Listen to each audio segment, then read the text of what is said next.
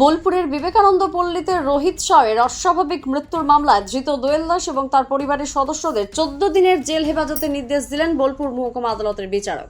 এদিন আদালত থেকে জেলে যাওয়ার সময় চাঞ্চল্যকর দাবি করেন দোয়েল দাস এবং তার মা পুতুল দাস ষড়যন্ত্র করে তাদের ফাঁসানো হচ্ছে বলে রোহিত শাহের পরিবারের দিকে আঙুল তোলেন তারা। রোহিত শাহের সঙ্গে দোয়েল দাসের যে অডিওটি পাওয়া গিয়েছে সেটি অনেক পুরনো এবং তাদের মধ্যে কোনো রকম সম্পর্ক ছিল না বলে দাবি করেছেন দোয়েল দাস। প্রসঙ্গত, মৃত যুবক রোহিত শাহের দুটি মোবাইলই উদ্ধার করেছে পুলিশ। এই দুটি মোবাইল পরীক্ষা নিরীক্ষা করার পর পরবর্তী পদক্ষেপ নেওয়া হবে বলে পুলিশ সূত্রে খবর। এছাড়া ময়নাতদন্তের রিপোর্ট আসার পরেই রোহিত শাহের মৃত্যুর আসল কারণ স্পষ্ট হবে। তবে এই ঘটনায় এলাকায় চাঞ্চল্য ছড়িয়েছে। ধৃতদের কঠোরতম শাস্তি দিতে হবে বলে দাবি করেছেন স্থানীয় বাসিন্দারা। তাহলে কেন এরকম রেকর্ডিং বেরিয়েছে? আপনি অভিযোগ কেন এরকম? সেপ্টেম্বর মাসের 1 তারিখের কথা। কি আপডেট?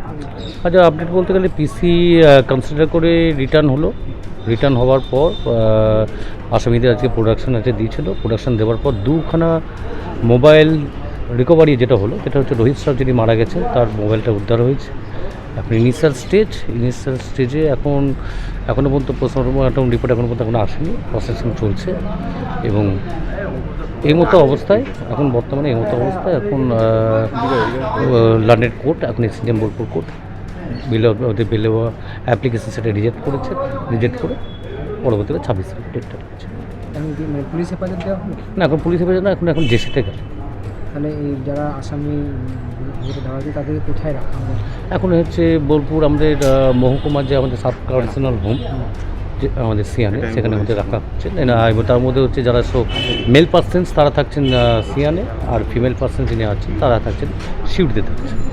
যে বাচ্চা ছেলেটি আছে ওনাদের সাথে, বাচ্চা ছেলেটা কনসিডার করে এখন লন্ডন কোর্ট এখন তার পক্ষে এখন তার যেহেতু সে বাচ্চা এখন ল্যাপিং বেবি, সেই জন্য তার জন্য স্পেশাল কেয়ারের জন্য সুপারিনটেন্ডেন্টকে যথারীতি এখানের মধ্যে নির্দেশ দিয়েছে তার স্পেশাল কেয়ারের জন্য রাখা হয়।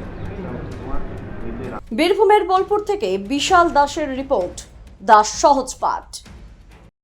দ্য সহজ পাঠ, সহজ কথা, সঠিক তথ্য।